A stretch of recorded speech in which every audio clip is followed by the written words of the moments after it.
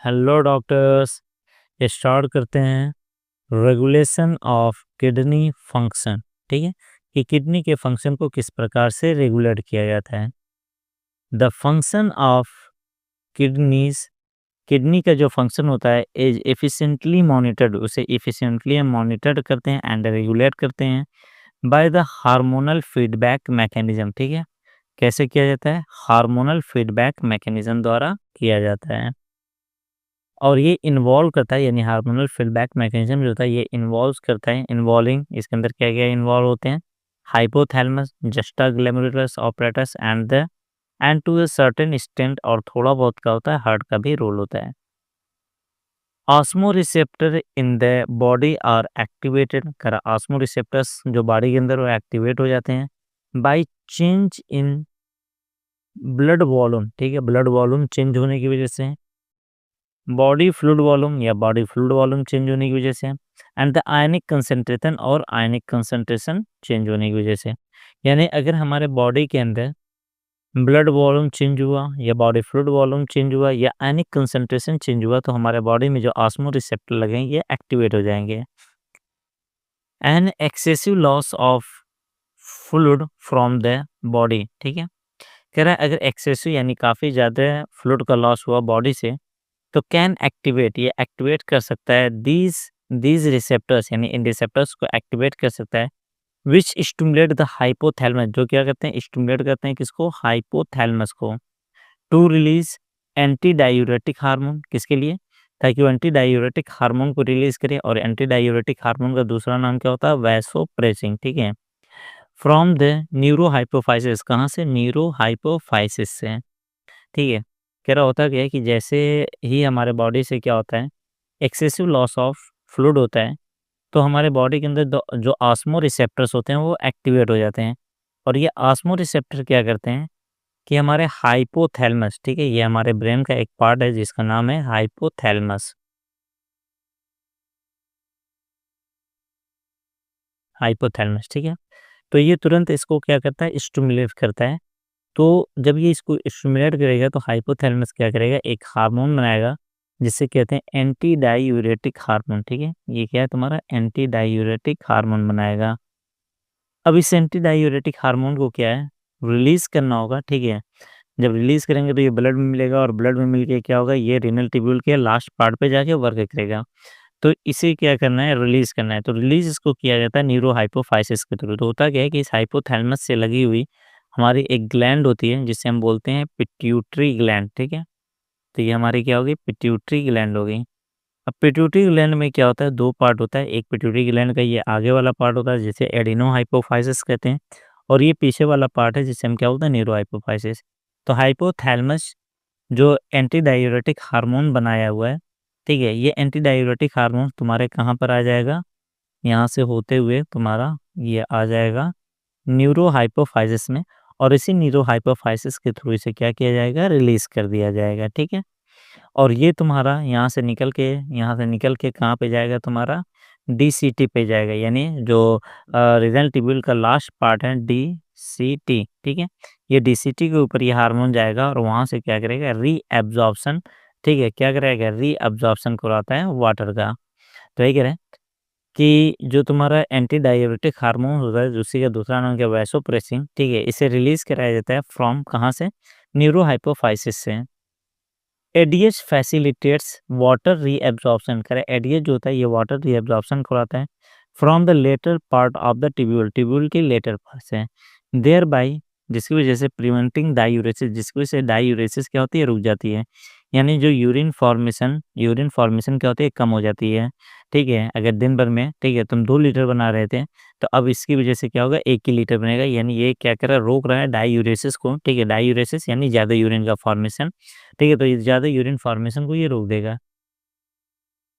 N increase in body fluid volume, ठीक है, body fluid volume जब बढ़ जाएगा, कैन स्विच ऑफ, तो ये क्या करेगा, स्विच ऑफ कर देगा ऑस्मो रिसेप्टर को, and suppress the ADH release, और एडीएच रिलीज को कम कर देगा। ठीक है, तो जब तुम्हारा बॉडी फ्लूइड वॉल्यूम, ठीक है, बढ़ जाएगा तो जो तुम्हारा ऑस्मो रिसेप्टर है वो क्या हो जाएंगे, ऑफ हो जाएंगे। तो जब ऑस्मो रिसेप्टर बंद हो जाएँगे तो ये जो तुम्हारा एंटी डायबियोटिक हार्मोन है, ठीक है? ये भी बनना कम हो जाएगा। टू कंप्लीट द फीडबैक और फीडबैक कंप्लीट हो गया। ADH can also affect the kidney function. कह रहा है एडीएच जो है ये किडनी के फंक्शन को भी प्रभावित कर सकता है बाय इट्स कॉन्ट्रैक्टरी, ठीक है? किसकी वजह से प्रभावित कर सकता है? Contradictory effect on blood vessel पर अपने कॉन्ट्रैक्टरी इफेक्ट की वजह से। कॉन्ट्रैक्टरी माने दबाने वाला, क्योंकि जो एडीएच होता है ये ये क्या होता है कि तुम्हारी ब्लड वेसल को क्या कर सकता है? दबा सकता है। तो जब ये ब्लड वेसल को दबाएगा, this causes an increase in blood pressure. जब ब्लड वेसल को दबाएगा तो ब्लड प्रेशर क्या हो जाएगा? बढ़ जाएगा। N increase in blood pressure और बढ़ा हुआ blood pressure can increase the glomerular blood flow. अगर ब्लड प्रेशर बढ़ा तो ग्लोमेरुलर ब्लड फ्लो भी क्या हो जाएगा? बढ़ जाएगा। एंड देयर बाय जेफार और जेफार भी क्या हो जाएगा? बढ़ जाएगा, ठीक है? यानी एडीएच जो है ये तुम्हारा रीनल ट्यूब्यूल के लेटर पर यानी डीसीटी से क्या है? रीअब्जॉर्प्शन ऑफ वाटर तो करवा ही रहा है, साथ ही साथ ये तुम्हारा क्या करता है? जीएफआर को भी बढ़ाता है। क्योंकि एडीएच जो होता है ये वैसोप्रेसिंग होता है। वैसोप्रेसिंग यानी ब्लड वेसल को दबाने वाला होता है, और जब ब्लड वेसल को तुम दबाओगे तो तुम्हारा ब्लड प्रेशर क्या होगा? बढ़ेगा, और ब्लड प्रेशर बढ़ेगा तो ब्लड फ्लो बढ़ेगा, और ब्लड फ्लो बढ़ेगा तो तुम्हारा जीएफआर भी क्या हो जाएगा? बढ़ जाएगा। ओके, तो ये था हाइपोथैलेमस करोर। उसके बाद देखते हैं जस्टा ग्लैमरुलस ऑपरेटस किस प्रकार से अपना रोल प्ले करते हैं।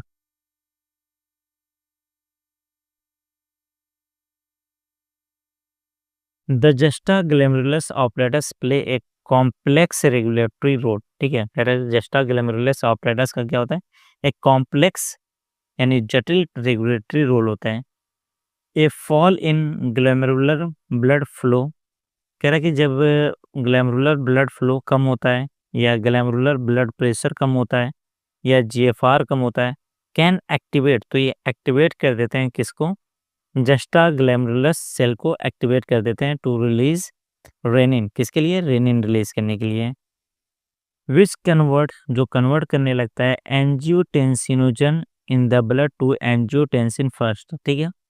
और ये रेनिन क्या करता है कि हमारे ब्लड के अंदर जो एंजियोटेंसिनोजन होता है उसे एंजियोटेंसिन फर्स्ट में बदल देता है, and the further angiotensin second, और एंजियोटेंसिन फर्स्ट को एंजियोटेंसिन सेकंड में बदल देता है, ठीक है?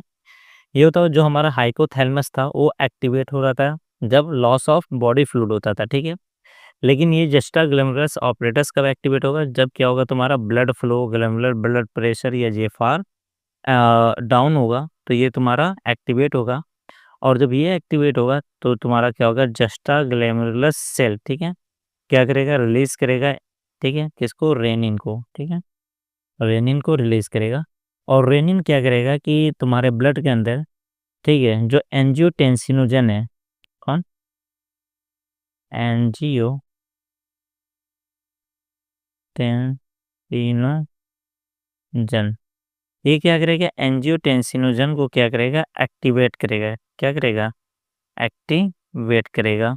और जब इसको ये एक्टिवेट करेगा तो एंजियोटेंसिनोजन जो है ये बदलेगा तुम्हारा एंजियोटेंसिन फर्स्ट में। फिर ये एंजियोटेंसिन फर्स्ट को क्या करेगा? बदल देगा एंजियोटेंसिन सेकंड में, ठीक है? किसमें बदल देगा? एंजियोटेंसिन सेकंड में बदल देगा। Angiotensin second is a powerful vasoconstrictor. कह रहा एंजियोटेंसिन सेकंड जो होता है ना ये एक पावरफुल वैसोकॉन्ट्रिक्टर होता है। वैसोकॉन्ट्रिक्टर यानी ब्लड वेसल को दबाने वाला होता है, ठीक है? यानी एक पावरफुल वैसोकॉन्ट्रिक्टर होता है, यानी ये ब्लड वेसल को बहुत तेज़ी के साथ दबाता है, और जब ये ब्लड वेसल को दबाएगा तो इंक्रीजेज द ग्लैमरुलर ब्लड प्रेशर, तो ग्लैमरुलर ब्लड प्रेशर क्या हो जाएगा? बढ़ जाएगा, एंड देयर बाय द जेफार, और जिसकी वजह से जेफार भी बढ़ जाएगा, ठीक है? Angiotensin second also activate the adrenal cortex, ठीक है? कह रहा है एंजियोटेंसिन सेकंड जो होता है ये एड्रिनल कॉर्टेक्स को भी क्या करता है? एक्टिवेट करता है टू रिलीज एल्डोस्टेरोन, ताकि एल्डोस्टेरोन रिलीज हो सके, ठीक है? कह रहा होता क्या है कि जो हमारी एड्रिनल ग्लैंड होती है ये हमारी किडनी हो गई, ठीक है? ये किडनी हो गई। किडनी के ऊपर ये तुम्हारी एक ग्लैंड है जिसे एड्रिनल ग्लैंड कहते हैं। ये एड्रिनल ग्लैंड के बाहर का पोर्शन है जिसे हम क्या बोलते हैं? एड्रिनल कॉर्टेक्स, ठीक है? और ये इसके अंदर का इसे एड्रिनल मेडुला कहते हैं। तो कह रहे हैं एंजियोटेंसिन सेकंड जो होता है ये एड्रिनल कॉर्टेक्स को क्या करता है, एक्टिवेट करता है, ठीक है। किसको? ये एक्टिवेट करता है एड्रिनल कॉर्टेक्स को।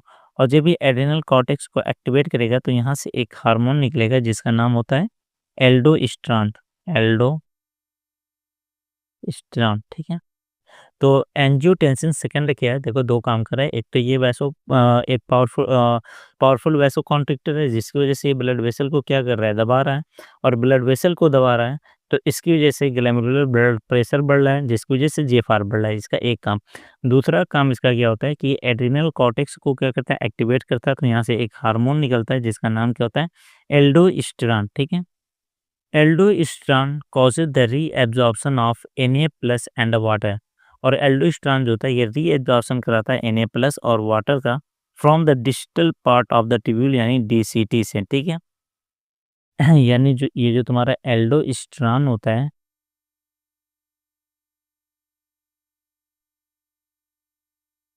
ये जो तुम्हारा एल्डोस्टेरॉन होता है ये क्या कराता है, रीएब्जॉर्प्शन कराता है, reabsorption,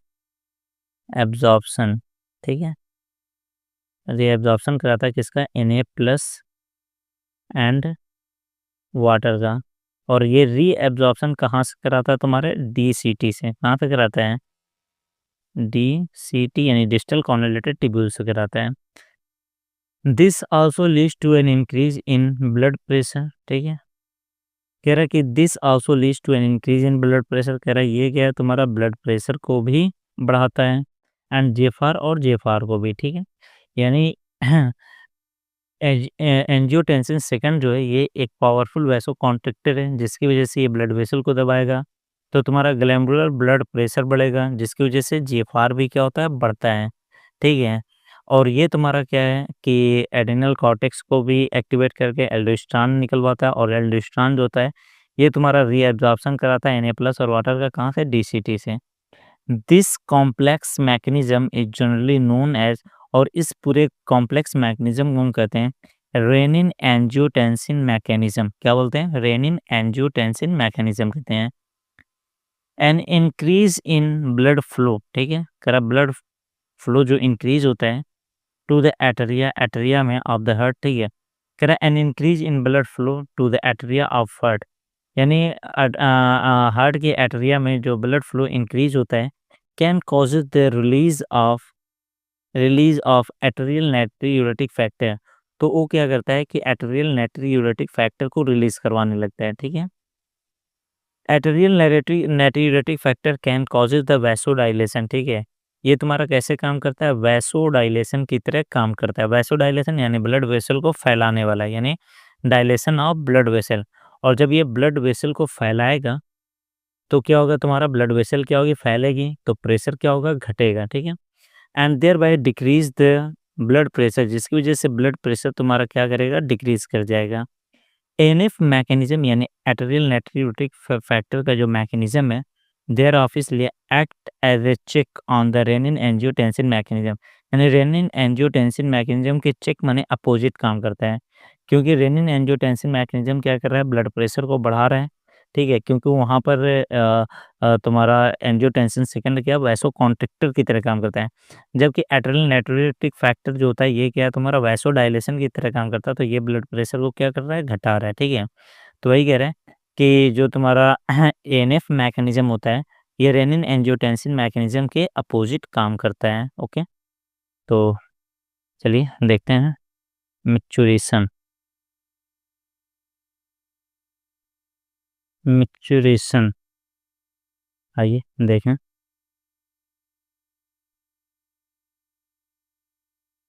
urine found by the nephron, करा यूरिन जो किसके द्वारा, नेफ्रॉन द्वारा बनाई गई है, is ultimately finally carried to the urinary bladder, उसे फाइनली कहाँ पे भेज दिया जाता है, यूरिनरी ब्लैडर में भेज दिया जाता है। वेयर इट इज स्टोर, जहाँ पर क्या होती है, स्टोर होती है। टिल ए वॉलेंट्री सिग्नल, कब तक स्टोर होगी, एक वॉलेंट्री सिग्नल तक स्टोर होगी, ठीक है। वॉलेंट्री का मतलब यानी जब तुम चाहोगे तभी उसे क्या करोगे, बाहर निकालोगे, ठीक है। तो वॉलेंट्री सिग्नल तक ये क्या होती है, स्टोर होती है। इज गिवन बाय, ठीक है, it is store till A voluntary signal is given by the central nervous system, ठीक है। यानी एक्सेंट्रल नर्वस सिस्टम से जो वॉलंटरी सिग्नल आता है तब तक वो उसके अंदर स्टोर होती है, ठीक है।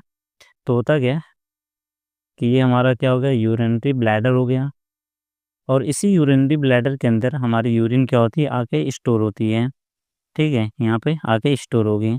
और इससे ये क्या है, पाइप निकली जिसे क्या बोलते हैं, यूरेथ्रा, और यहाँ पर क्या होता है, एक छल्ला लगा होता है, ठीक है। यहाँ पे क्या होता है, एक छल्ला लगा होता है ताकि यूरिन यहाँ से पास ना करे। तो कह रहा है ये तब तक स्टोर रहेगी जब तक कि सेंट्रल नर्वस सिस्टम से सिग्नल इसके पास ना है, तब तक ये क्या होगी, यहाँ पर स्टोर रहेगी।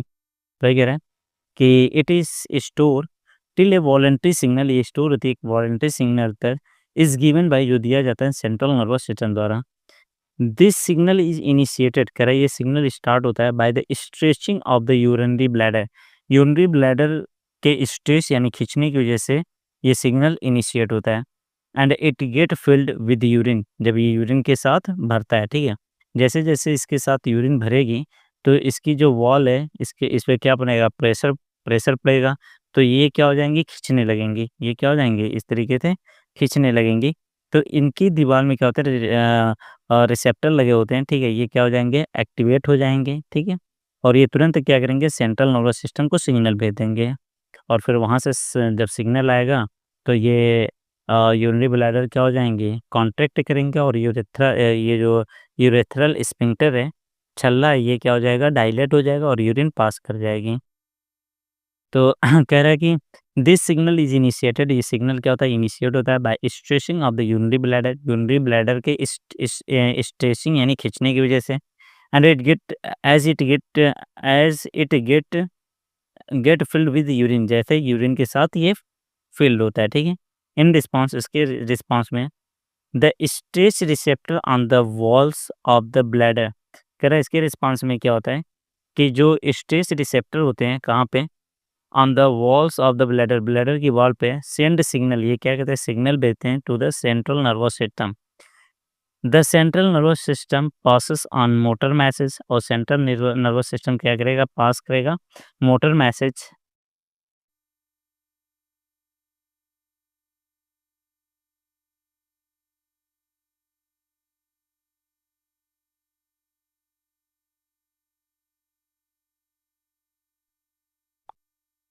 ठीक है, motor message to initiate, start करने के लिए कॉन्ट्रैक्शन ऑफ द स्मूथ मतलब मसल, ताकि स्मूथ स्मूथ मसल कॉन्ट्रैक्ट करे of the of the bladder, bladder की।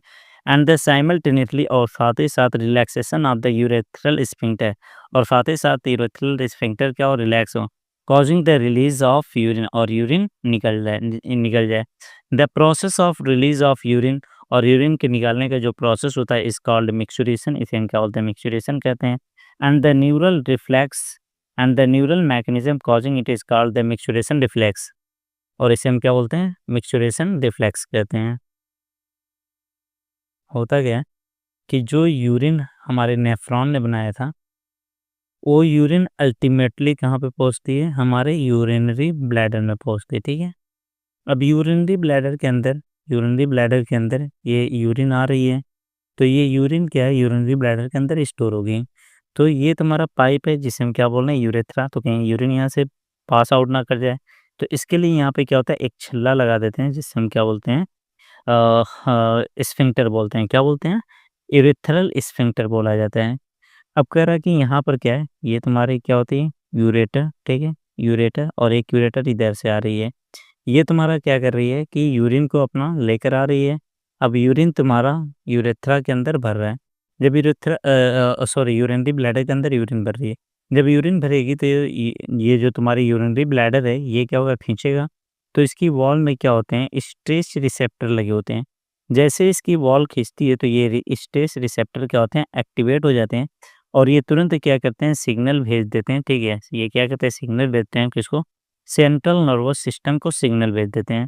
और सेंट्रल नर्वस सिस्टम क्या करता है कि मोटर नर्व के थ्रू, ठीक है, किसके द्वारा, मोटर नर्व के थ्रू क्या करेगा, सिग्नल भेजेगा तुम्हारे यूरेथ्रा सॉरी यूरिनरी ब्लैडर की स्मूथ मसल को, और साथ ही साथ ये क्या करेगा, सिग्नल भेजेगा तुम्हारे यूरेथ्रल स्फिंक्टर को, ठीक है। ये यूरिनरी ब्लैडर से कहेगा कि आप क्या करो, कॉन्ट्रैक्ट करो, यानी आप दबो, और यूरेथ्रल स्फिंक्टर से कहेगा आप रिलैक्स करो, तो जब ये तुम्हारा क्या करेगा कॉन्ट्रैक्ट करेगा और ये तुम्हारा क्या होगा उससे साथ ही साथ होगा दोनों का, तो यूरेथ्रा जो है सॉरी जो यूरिनरी ब्लैडर है ये क्या करेगा कॉन्ट्रैक्ट करेगा और यूरेथ्रल स्फिंक्टर क्या होगा रिलैक्स होगा, तो यहाँ से यूरिन हमारी क्या हो जाएगी पास हो जाएगी और इसी प्रोसेस को हम क्या बोलते हैं मिक्चुरेशन। ये ठीक है, यूरिन पास होने क्या होता है मिक्चुरेशन, और इस पूरे रिफ्लेक्स को हम क्या बोलते हैं मिक्चुरेशन रिफ्लेक्स कहते हैं। Okay,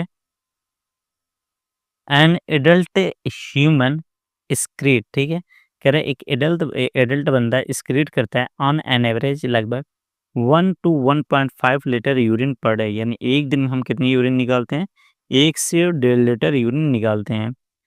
the urine formed is a light yellow, करा यूरिन जो बनती है कैसी होती है लाइट येलो कलर की वाटरी फ्लूइड होती है, विच इज स्लाइटली एसिडिक, जो थोड़ा सा क्या होती है एसिडिक होती है, जिसका पीएच कितना होता है 6 होता है। And has a characteristic order, और एक इसकी क्या होती है कैरेक्टरिस्टिक यानी एक अलग महक होती है। ऑन एन एवरेज लगभग 25 से 30 ग्राम, कितना 25 से 30 gram urea is excreted out per day, यानी हम 1 से 1.5 लीटर जो यूरिन निकाल रहे हैं उसके अंदर यूरिया कितना होता है 25 से 30 ग्राम होता है। Various condition can affect the characteristic of the urine, कह रहा बहुत सारी कंडीशन होती है जो प्रभावित कर सकती है, ठीक है, यूरिन के लक्षण या गुण को।